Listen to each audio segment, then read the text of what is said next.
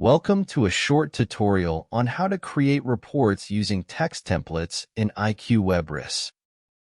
As radiologist, I want to create a report using text templates, and by drag and drop text items for two procedures combined to document my findings. For doing this task, I will go to Workflow tab. Choose the search option Manual. Select Task Type Perform First Reading. Select Status Pending. Open a pending task from a patient by double-clicking. Open Reports tab.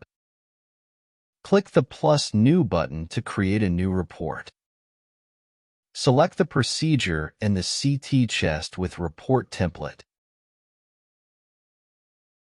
Press the green Select button.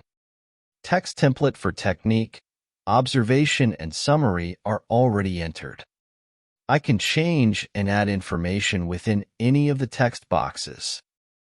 Enter values in all mandatory fields. Press the green Save button. The draft report is added to the report list. Press the I icon in the report row. The report displays opens and shows patient, report, and findings information containing the entered information. Thank you for your attention.